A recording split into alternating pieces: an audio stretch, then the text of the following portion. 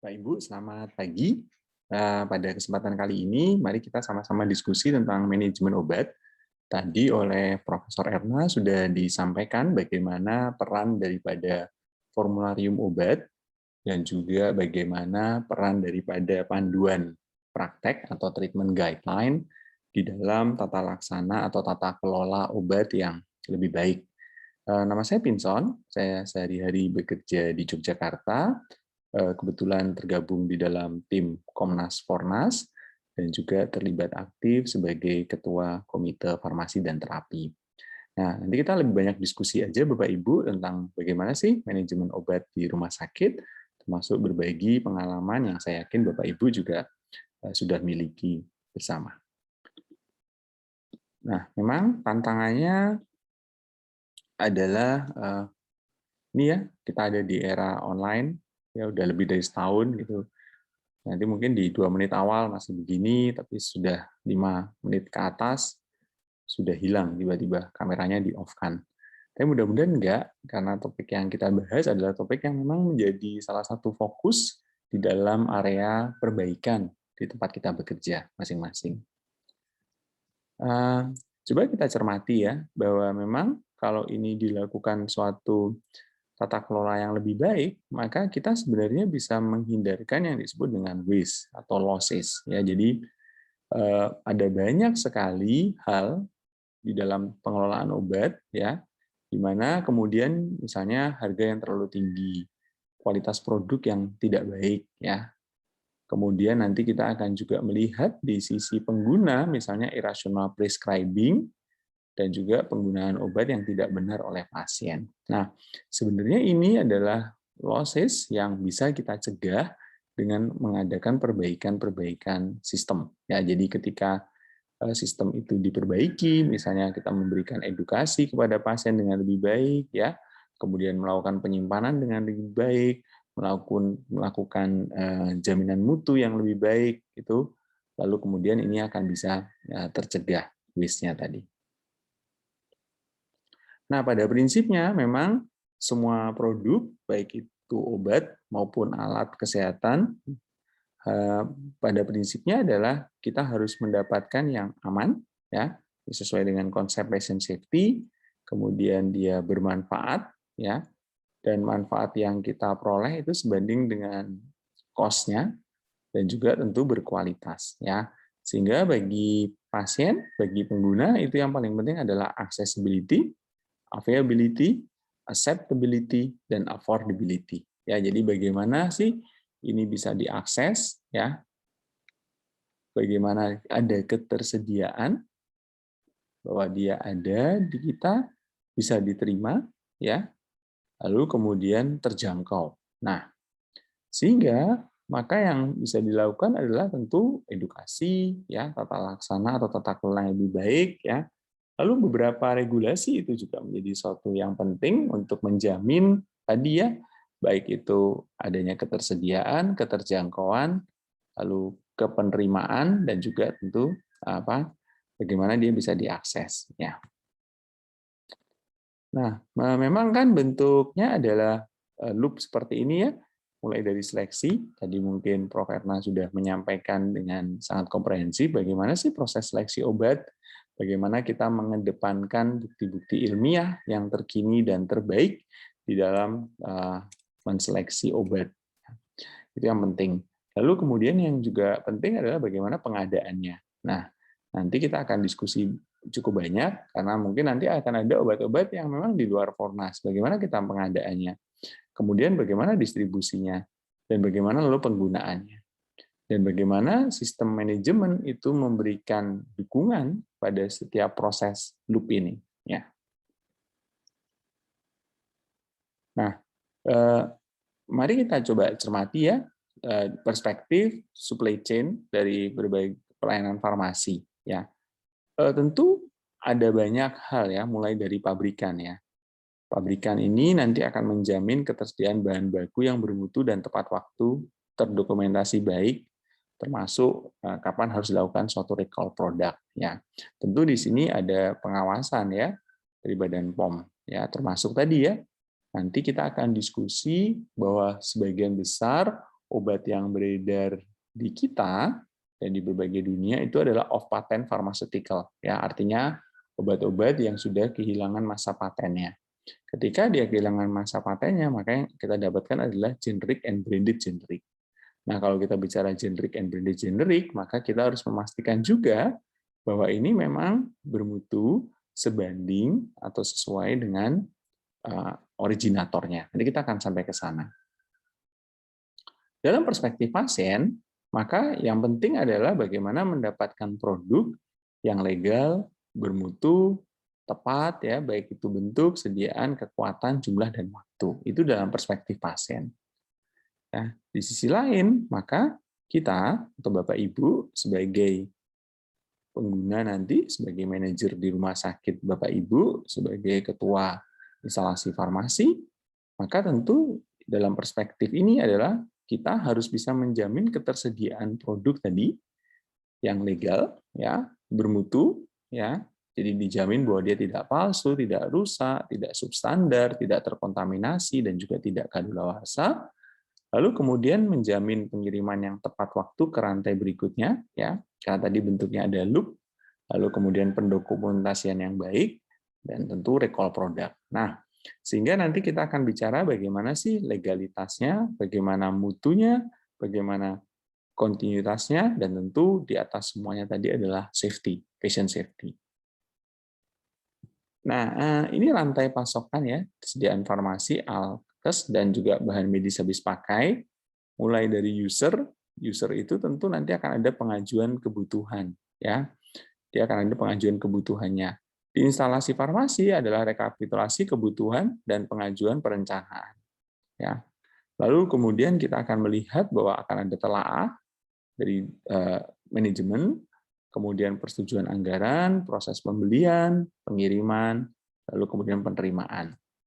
Setelah itu, kalau nanti sudah, maka laporan tadi tentu akan menerima dan menggunakan, ya, ada umpan balik ke sini, ke gudang farmasi, baik itu ke satelit farmasi, untuk sebagai loop, bagaimana kemudian untuk kebutuhan dan pengajuan proses yang berikutnya. Ya. Nah, ini dasar hukumnya. Jadi ada Undang-Undang 36/2009 tentang kesehatan, Undang-Undang 44 tahun 2015 tentang rumah sakit, SK Menkes 189 tentang Fornas, lalu Permenkes 72 tahun 2016 tentang pelayanan farmasi. Ya. Jadi memang tujuannya adalah akhirnya kan ini ya, bermanfaat, ya, aman, dan juga bermutu. Ya. Sehingga untuk tercapainya ini, maka lalu kemudian ada penggunaan obat yang rasional, tepat diagnosis, tepat obat, tepat penggunaan, tepat dosis. Dan ini semua harus ditunjang dengan tadi ya, ketersediaan, bagaimana pemerataan, dan juga keterjangkauan. Nah, ini di negara kita yang tercinta ini, sebagian besar sudah dilaksanakan dengan baik karena kehadiran dari Fornas. Ya. Fornas itu menjamin ini ya, bahwa obat itu memang obat yang bermanfaat. Ya. Kemudian manfaatnya itu sebanding dengan cost yang harus dikeluarkan, karena akan ada analisis, misalnya cost effectiveness analysis di sana.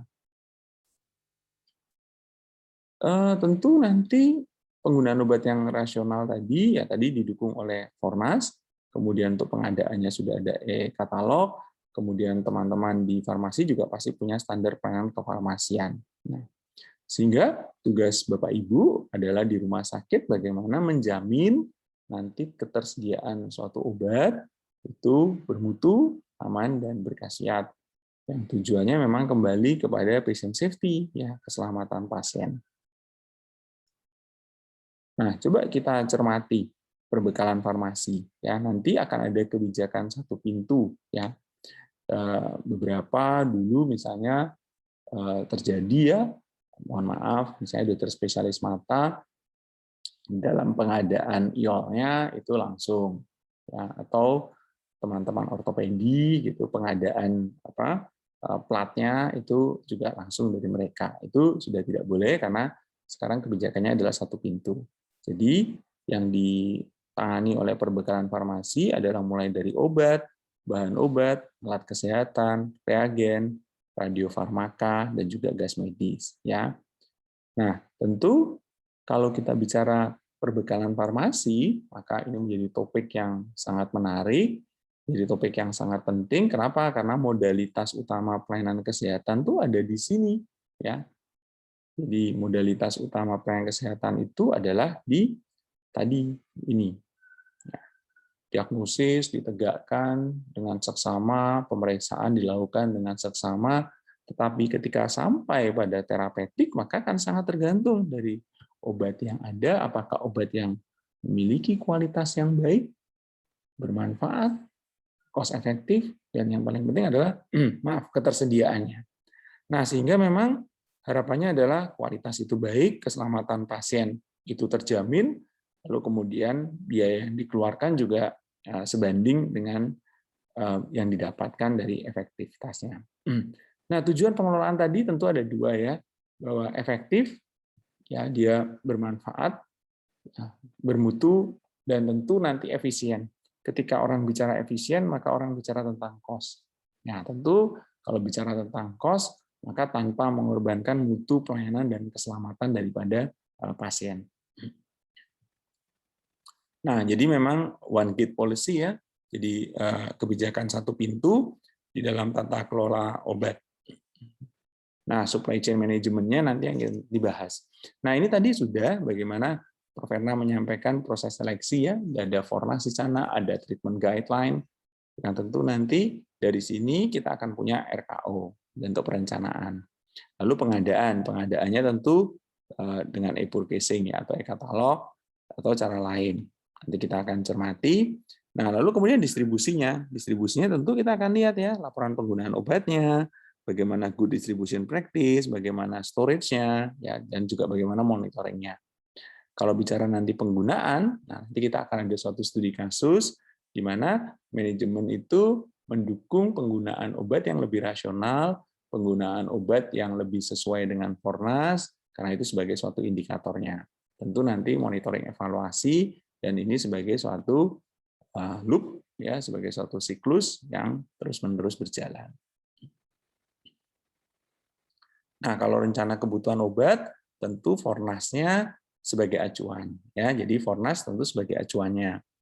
Kemudian sesuai dari penggunaan pada tingkatan pelayanan di Vaskes. Nanti Bapak Ibu akan misalnya mendapatkan obat-obat yang fast moving, obat-obat yang slow moving. Juga nanti dicermati obat-obat yang ED pendek, obat-obat yang mungkin just in time karena tidak terlalu banyak kasusnya. Tetapi nanti akan ada obat yang mungkin tidak terlalu banyak kasusnya, tapi harus ada. Ambil contoh misalnya protamin untuk antidotum daripada heparin. Itu mungkin tidak terlalu banyak ya. Kita tidak akan mendapatkan perdarahan masif akibat penggunaan heparin dengan angka yang sangat tinggi. Tapi kalau itu terjadi, maka antidotumnya harus tersedia. Nah, karena kita di era JKN, maka kita akan punya nanti RKO, FKTP, dan FKRLTL ya. Lalu kemudian juga RKO Program Kesehatan Nasional. Nah, nanti ada e-katalog di sana, lalu kemudian perencanaan penyediaan obat program. Nah, ini akan sedikit berbeda untuk obat program.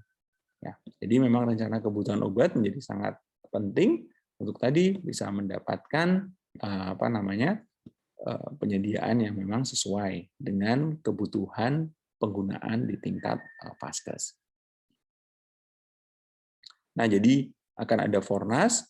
Fornas itu adalah daftar obat terpilih, itu definisinya, daftar obat terpilih.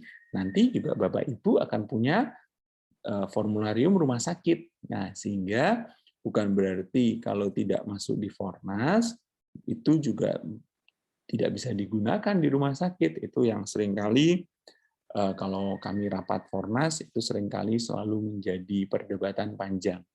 Jadi bukan berarti tidak masuk di Fornas, berarti tidak bisa digunakan di rumah sakit. Karena lalu Bapak Ibu punya formularium rumah sakit. Jadi obat-obat yang tidak masuk di Fornas bisa diadakan sesuai dengan formularium rumah sakitnya. Nah, nanti kita akan mencoba mencermati bagaimana ketika memilih. Nanti kita akan diskusi sedikit tentang multiple criteria decision analysis. Lalu rencana kebutuhan obat, di Fasiankes secara tahunan, lalu kemudian pengadaan ya yang diadakan oleh masing-masing daripada Fasiankesnya dan rumah sakit. Nah, ini mungkin sedikit ya, kenapa sih Fornas itu penting ya? Karena alokasi obat itu terbatas, kebutuhan obat semua semakin meningkat ya. Nah, kita juga menyadari itu kalau memang ada sejawat-sejawat yang persiapan obatnya berdasar pengalaman, sehingga mungkin penggunaan obat itu menjadi tidak rasional. Ya, di sisi lain, misalnya antibiotik, kita melihat adanya abuse, ya, adanya penggunaan yang berlebihan, termasuk hati-hati sekali terhadap reserve antibiotik. Antibiotik yang memang ditujukan untuk reserve antibiotik.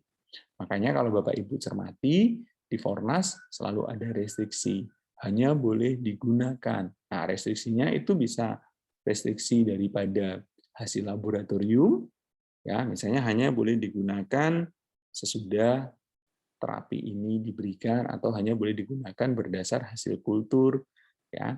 Lalu juga ada pembatasan daripada user supaya tadi tidak abuse, jadi usernya hanya boleh digunakan oleh siapa. Ada juga pembatasan waktu, hanya boleh digunakan selama berapa lama. Jadi inilah yang memang ditujukan untuk pengobatan yang lebih rasional. Nah, di sisi lain kita juga mendapatkan bahwa ada banyak sekali obat yang beredar itu yang tentu EBM-nya belum terlalu kuat. Ya. Obat yang beredar mungkin saja tergolong obat yang tidak aman dan palsu. Nah, ini juga menjadi penting untuk tadi ya dijamin supaya semuanya demi patient safety. Nah, lalu kemudian kalau ini bicara di prospective payment system, makanya menjadi penting. Kenapa? Karena kalau tanpa pedoman, tanpa panduan, akan ada masalah di kendali mutu dan kendali biaya.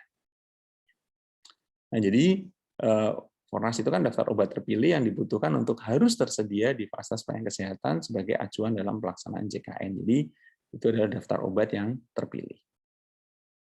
Nah, maka nanti kita akan melihat ya standar pelayanan itu mulai dari pengelolaan, pelayanan farmasi klinik ya, yang kolaborasi dengan nakes lain. Ya, ini pelayanan farmasi klinik juga menjadi penting ya sebagai suatu catatan bagaimana kehadiran clinical farmasis yang mumpuni itu bisa meningkatkan benar outcome daripada pelayanan dan juga patient safety.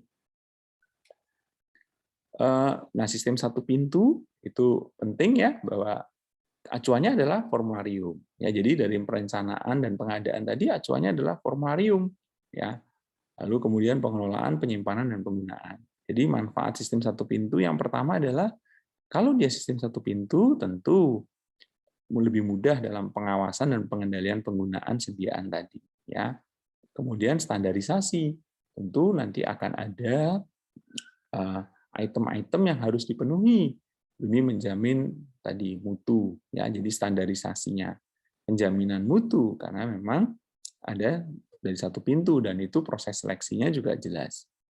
Pengendalian harga ya, kalau dia banyak pintu mungkin harga dan mutu tidak bisa kita jamin sepenuhnya.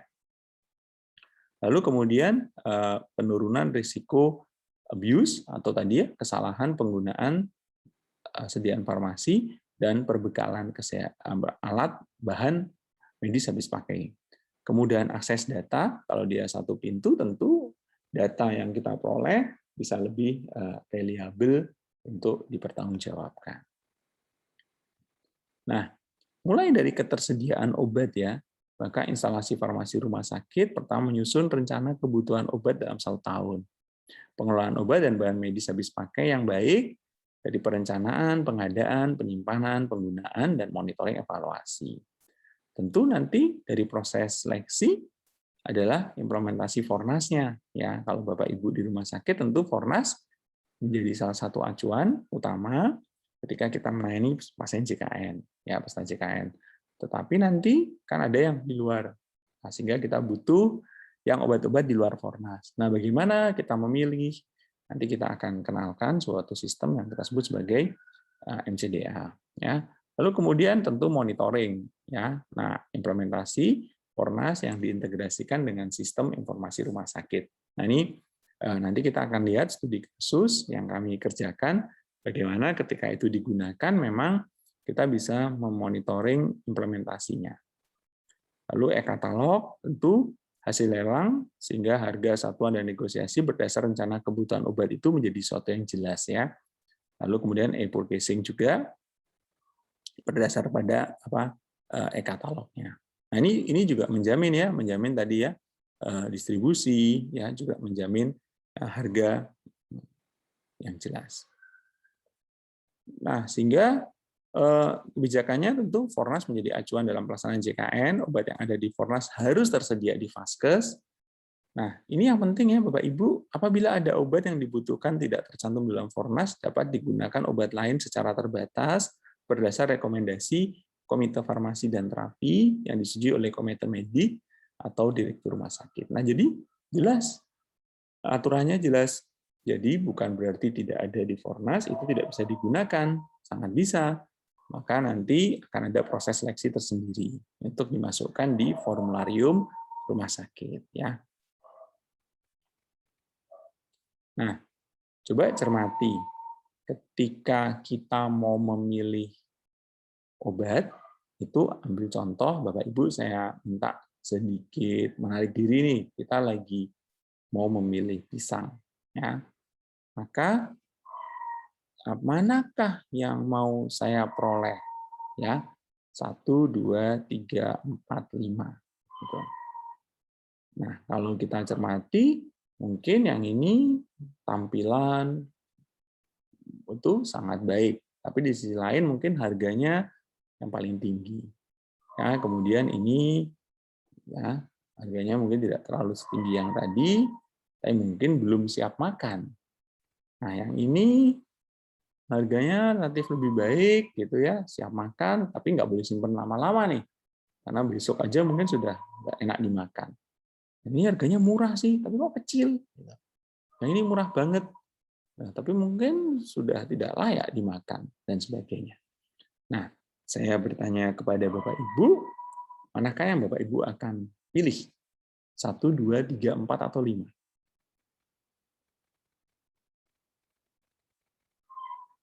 Nah, setelah Bapak Ibu berpikir, makanya kita lihat masing-masing. Biasanya yang diambil oleh sebagian besar daripada fasilitas pelayanan itu adalah lowest price policy. Jadi kebijakan harga paling murah. Tapi data membuktikan bahwa itu sekarang sudah tidak menjadi satu-satunya patokan. Sehingga nanti kita akan diskusi yang kita sebut sebagai MCDA, Multiple Criteria Decision Analysis. Nah, kenapa ini menjadi penting? Kenapa ini menjadi penting? Karena 80% obat yang beredar itu adalah yang kita sebut sebagai obat off patent pharmaceutical. Jadi Bapak Ibu sedikit bicara tentang penemuan ya, kemudian obat itu masuk di dalam pasaran ya, punya izin edar dari regulator, kemudian ada di pasaran, maka kita akan mendapat yang kita sebut sebagai originator. Originator itu adalah yang menemukan discovery obat tadi ya. Nah, lalu kemudian dia punya yang kita sebut sebagai hak paten.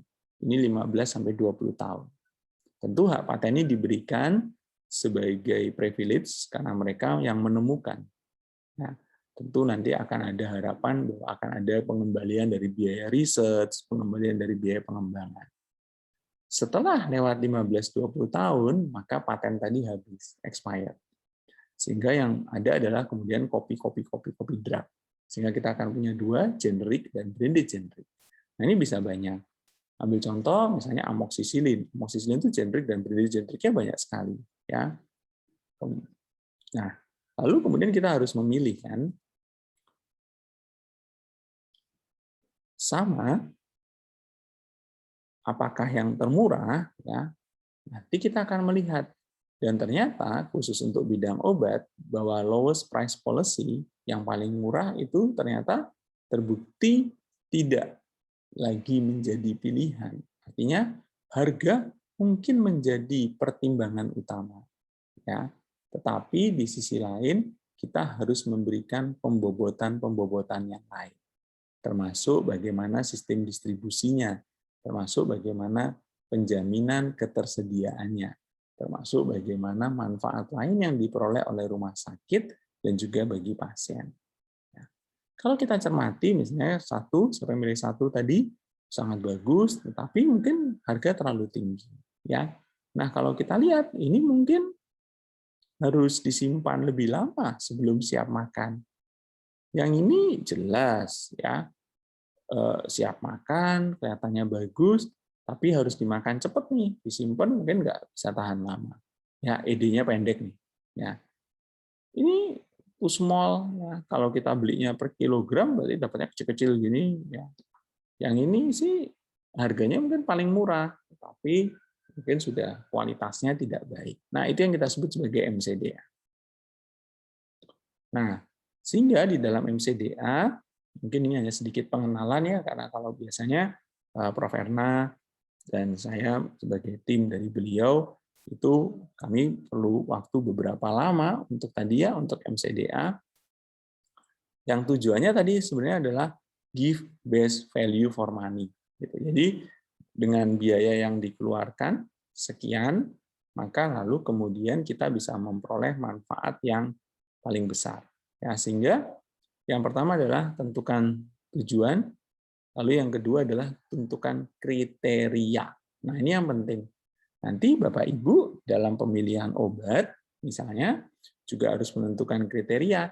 Saya ambil contoh, misalnya untuk pisang tadi ya, maka saya memilih kriteria itu harga, ya, baunya harum nggak, ya, asal, berapa sih lama hidupnya, berapa harga per kilogram, lalu kualitas.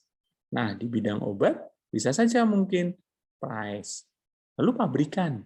Nah, pabrikan juga menjadi penting, bukan hanya harga, tapi pabriknya siapa nih, lalu distributornya siapa, keterjaminan distribusinya bagaimana, kemudian rekam jejaknya seperti apa, lalu kemudian ada nggak manfaat lain yang bisa diperoleh oleh rumah sakit. Nah, ini yang kita sebut sebagai kriteria. Lalu dari masing-masing kriteria tadi, tim akan berembuk untuk memberi bobot daripada kriteria. Ya, sehingga jumlahnya ini nanti 100% nih. Bobotnya mau berapa? Ya. Kalau Bapak Ibu misalnya tetap menetapkan harga itu sebagai patokan utama, maka Bapak Ibu lalu memberi ini berapa persen yang paling tinggi, lalu ini sisanya. Ya. Tapi bisa saja Bapak Ibu tidak merasa bahwa harga itu yang utama, tapi lebih pada quality ya. Nanti kita akan lihat. Jadi ini biasanya nanti lebih pada konsensus. Jadi misalnya begini ya, kita udah punya nih harga itu 10% kepentingannya. Lalu kita beri ranking, ya. Lalu kita beri ranking, ya. Tentu lihat nih, yang ini kan harganya paling mahal nih. Jadi mungkin dia diberi skor 0 karena secara harga dalam tanda kutip dia tidak menguntungkan karena harganya mahal, ya. Sementara yang ini diberi skor tinggi nih, ya. Karena harganya itu yang paling murah, ya. Tapi coba cermati, misalnya quality. Yang tadi harganya paling mahal, mungkin kualitas dia diberi skor yang paling tinggi. Nanti yang harganya tadi paling murah nih mungkin secara kualitas dia paling rendah karena tampilan, kemudian macam-macamnya rasa pasti sudah nggak enak. Nah, lalu Bapak Ibu bisa melihat harga ini tinggal dikalikan dengan pembobotannya.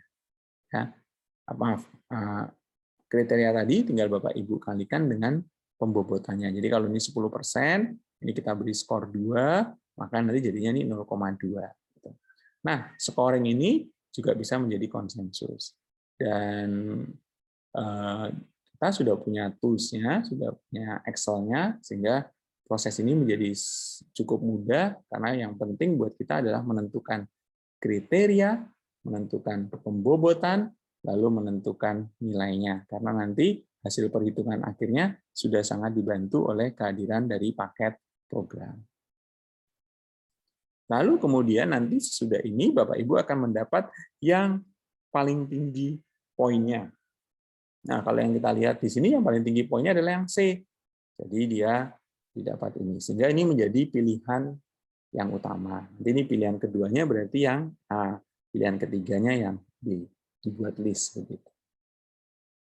Nah, sehingga tadi itu pisang. Pisang itu cerita tentang bau, rasa, tampilan. Nah, kalau kita buat ini menjadi ekuivalen, maka ini bisa saja kepada ekuivalen di dalam produk farmasi. Ya, bagaimana sih produk tadi misalnya memiliki kualitas yang sebanding dengan originator. Ya, maka kita akan bicara BABE misalnya. Bagaimana sih pabrikannya? Pabrikannya nih good manufacturing product nggak? Ya, bagaimana dia menjamin reliabilitas daripada supply? Apakah dia memiliki manfaat tambahan buat makroekonomi dan mikroekonomi? Apakah dia punya apa layanan terhadap pharmacovigilance, ya? Lalu kemudian patient health outcome, data-datanya ada enggak? Ya. Ini kalau di dalam framework kita bicara produk farmasi. Yang tujuannya tadi ya improve patient health, safety, and access. Ya. Sehingga kriteria tadi itu bisa menjadi ini. Ya, tapi pada prinsipnya sama perhitungannya. Nah, jadi definisinya adalah pengambilan keputusan berdasar pada kriteria multiple, bisa di level makro nasional ya, atau di level mikro rumah sakit, di mana ada kondisi trade-off equity dan efisiensi. Ya, jadi biasanya digunakan pada yang memang paten. Ya, kalau yang paten kan kita nggak punya saingan ya, dia sendirian. Kriteria yang dipakai pada umumnya adalah fairness, efektivitas, stakeholder interest, pressure stakeholder, cost. Ya, yang mungkin kalau kami beberapa kali dengan Prof. Erna itu di rumah sakit tetap aja yang dijadikan kriterianya paling besar bobotnya adalah cost-nya. Ya. Tapi jangan lalu kemudian lower price policy karena sudah terbukti dari berbagai studi bahwa lower price policy bukan pilihan yang terbaik. Nah, sehingga lalu kemudian kalau tadi ya kita sudah punya formularium rumah sakit yang Fornas plus tadi ya daftar obat yang lain, maka usulan menjadi penting ya, usulan baik dari para dokter, para user, para pengguna yang biasanya sih ini didasarkan daripada mereka penggunanya ini. Ya. Lalu kemudian perencanaan ini menjadi penting ya. Nah, kalau kita lihat, maka memang ini yang merah-merah adalah contoh-contoh misalnya kebutuhan layanan baru yang situ ya tidak sesuai dengan jadwal. Ambil contoh misalnya kemarin masker N95 ya habis di mana-mana ya karena ada kebutuhan yang banyak yang tidak teramalkan sebelumnya ya. Tapi kan hanya beberapa bulan lalu kemudian sistem bisa mengatasi hal itu. Ya lalu perencanaan di perencanaan tentu ada usulan yang terlambat, anggaran tidak mencukupi. Lalu ada pengadaan, maka kontrak dengan si yang penyedia, ya. Lalu kemudian penerimaan daripada obat ini, ya. Nah ini yang juga seringkali kita harus melihat tadi yang MCDA. MCDA juga menjadi penting untuk melihat nih, ya, melihat ini juga. Distributornya kosong, menghentikan pengiriman, bermasalah dalam distribusinya. Nah, ini juga menjadi salah satu pertimbangan kalau Bapak Ibu nanti di dalam proses seleksi. Sedikit memberi informasi, kalau kami rapat di tim KFT kami selalu melihat pabrikan itu diberi scoring ya. Jadi berdasar rekam jejak, berdasar dari adanya GMP, berdasar daripada banyak hal itu teman-teman di instalasi farmasi memberi mereka poin di A, B, C gitu atau 3, 2, 1. Di sisi lain kita juga melihat distributornya. Siapa distributornya ini kita beri juga poin ya. Kemudian baru dilihat kita melihat ke Badan POM bagaimana sih dengan tadi ya bioavailability, bioequivalennya dengan si originator. Ada nggak datanya, tersedia nggak datanya. Kemudian yang juga tidak kalah penting adalah cost. Berapa sih harga? Ya, itu juga tidak kalah penting. Lalu tentu di dalam perencanaan kita harus punya data. Ini obat fast moving, obat slow moving, ya. Sehingga kalau nanti banyak sekali usulan baru, sementara ini obat yang slow moving, yang penggunaannya juga tidak banyak, idenya pendek, ya tentu nanti itu menjadi salah satu pertimbangan di dalam pengadaan berikutnya. Nah, tentu Bapak Ibu harus memiliki sumber data yang baik untuk itu. Nah, sehingga identifikasi risiko dari rantai distribusi ini tentu penting ya, meliputi tahapan penyediaan, di mana disimpan, pengiriman obat dari perbekalan farmasi, mulai dari pabrik ke distributor, dan akhirnya sampai pada kita di rumah sakit. Ya, tentu untuk mencegah obat palsu terkontaminasi dan rusak. Nah, ini menjadi penting, dan ini harus ada panduannya. Ya, ada tata kelola di farmasi untuk menghindari risiko dalam kontrak pembelian, lalu kemudian di mana rumah sakit berhak untuk melakukan peninjauan sewaktu-waktu ke seluruh area rantai distribusi tadi demi menjamin ya bahwa yang sampai ke kita adalah obat yang aman, bermutu, berkhasiat demi patient safety. Lalu kemudian tentu ya ada persyaratan yang harus disampaikan oleh distributor, mulai dari legal ya, legal itu menjadi sesuatu yang sangat penting ya, bahwa yang nomor 1 dan 2 dan 3 ini kan adalah legal ya, legalitasnya ya.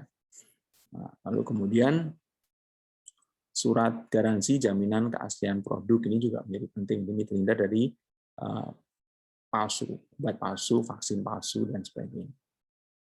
Ya, jadi nanti kalau Bapak Ibu di Pusat Informasi Obat Nasional, Bapak Ibu bisa lihat nih uji obat komparator, uji bioekivalen dan generik yang telah memenuhi kriteria bioekivalensi. Nah, sehingga nanti yang dipilih tentu yang memiliki BABE ya, dan BABE-nya sesuai. Ambil contoh misalnya ini ya. Jadi ada nih nanti daftar obat komparator yang memenuhi kriteria bioekivalen. Jadi Bapak Ibu lihat kalau yang diajukan, yang diusulkan oleh user ternyata tidak masuk di sini, nanti Bapak Ibu lalu menyampaikan kepada usernya ya. Jadi di rapat biasanya kita sampaikan, ada nggak daftar obatnya? Oh, ternyata tidak memenuhi persyaratan ini. Ya, kita tidak bisa menjamin mutunya. Nah, disampaikan. Oh, pabrikannya ini memiliki rekam jejak yang kurang baik di dalam pengadaan, misalnya seringkali kosong, bahan baku kosong. Ya, mungkin kita sampaikan juga. Ya, distributornya seringkali juga kosong, distribusi tidak lancar. Ini juga kita sampaikan. Nah, tentu asesmennya bisa mulai dari asesmen operasional yang dilaksanakan instalasi farmasi, ya, detail kelangkaan, menghubungi produsen, distributor, ya, termasuk kalau nanti ternyata seperti beberapa waktu yang lalu ada obat Parkinson, ada obat anti epilepsi yang memang kosong nasional. Ya, maka yang ditanyakan bisa sampai ke Badan POM. Kenapa sih? Kira-kira kapan lagi nih tersedia? Ya, update informasi menjadi sesuatu yang penting karena perubahan sangat cepat, apalagi kita di era COVID, ya, ada obat-obat yang dulu penggunaannya mungkin tidak sangat banyak, tetapi terkait dengan COVID penggunaannya jadi banyak. Misalnya azitromisin, ya, sekarang tuh banyak banget ya. Dulu beberapa waktu yang lalu hidroksikloroquine misalnya. Cek stok yang ada on hand di semua lokasi penyimpanan, ya, baik itu gudang, satelit, ruang perawatan, klinik, atau troll emergency, ini juga penting ya. Lalu berapa lama stok yang ada saat memenuhi kebutuhan. Lalu kemudian obat-obat substitusi juga harus kita pertimbangkan ya, baik jenis, jumlah, konversi dosis, kesetaraan, dan namanya terapi. Jadi misalnya obat ini nggak ada, mana yang bisa disubstitusikan. Nah, tentu nanti kita harus juga melihat secara terapeutik yang disanakan oleh tim multidisiplin. Ya. Dilihat populasi yang terdampak, terapi substitusi, apakah masuk formularium, apakah dia dibeli, apakah dia di repacking, gitu ya. Ada beberapa obat yang fixed dose combination, mungkin penggunaannya tidak terlalu banyak sehingga dia di repacking oleh teman-teman dari instalasi farmasi. Atau obat-obat yang diproduksi oleh instalasi farmasi, walaupun udah jarang ya, obat-obat racian. Yang adanya cuma di situ, nggak ada di tempat lain. Tapi penggunaannya sudah sangat berkurang. Ya. Lalu perlu penyesuaian nggak dalam persiapan, dispensing, pemberian obat, dan juga monitoring. Nah, sehingga kan siklusnya kembali ya, bagaimana sih mulai dari persiapan, ya, mulai dari penyiapan obat, pemberian, pemantauan, ya. Sehingga misalnya ada kebijakan di rumah sakit tempat kami bekerja, misalnya untuk seleksi tadi, obat-obat yang lasa itu otomatis menjadi salah satu pertimbangan. Ya, jadi kalau dia namanya mirip dengan obat yang sudah ada, itu juga menjadi salah satu pertimbangan ketika kita mau seleksi obatnya. Ya, bagaimana penyimpanan, penyiapannya, ya kalau diberikan, dan juga dimonitor dalam hal efek samping, ya dan sebagainya. Mengoptimalkan stok yang ada itu penting, penyesuaian stok minimal, sentralisasi, persediaan, repacking ke dosis-dosis kecil, ya kami punya itu ketika ini sudah obat yang dipakai kronik itu kita sudah repacking. Restriksi penggunaan, nah ini juga menjadi penting ya, didukung oleh bukti ilmiah, lalu ada kebijakan sih kalau dia harus reuse, contohnya N95 berapa kali harus reuse, itu dulu beberapa waktu yang lalu ya kita jadi punya pedoman sendiri berapa kali boleh di reuse dan sebagainya. Penyesuaian di sistem informasi rumah sakit. Nah, izinkan saya memberikan suatu studi kasus, sesuatu yang kami kerjakan beberapa waktu yang lalu, bagaimana sih sistem itu bisa memperbaiki ya penerapan sistem pengingat untuk persiapan lebih rasional sesuai Fornas. Ini suatu penelitian kecil-kecilan, one group post test design only. Jadi hanya satu kelompok dan post test design ya. Sistem pengingat klinisnya dikembangkan terintegrasi dengan software tadi. Indikator kuncinya adalah jumlah resep sesuai formularium dibagi jumlah resep tiap bulan, dan indikator kuncinya adalah persepan di atas 95% yang sesuai dengan formularium. Sesuai dengan formularium artinya restriksi yang dituliskan adalah mengacu pada Fornas dan formularium rumah sakit. Jadi Bapak Ibu bisa cermati, maaf, kalau saya menuliskan obat ini, misalnya lalu akan muncul restriksinya. Artinya apa? Kalau saya lalu mencermati bahwa pasien ini restriksinya tidak sesuai, maka saya akan bisa mengubah persepannya. Oh, berarti pasien ini nggak cocok dapat obat ini karena dia restriksinya tidak sesuai. Karena ini berkaitan dengan Fornas.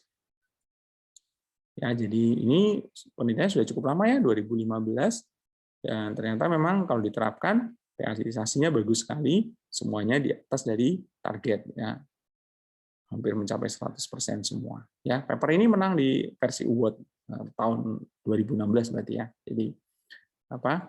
Paper yang sederhana, tapi ternyata bisa meningkatkan tadi kepatuhan terhadap formularium. Mungkin itu Bapak Ibu, para teman-teman, mungkin nanti kita akan bisa lebih banyak diskusi. Terima kasih banyak.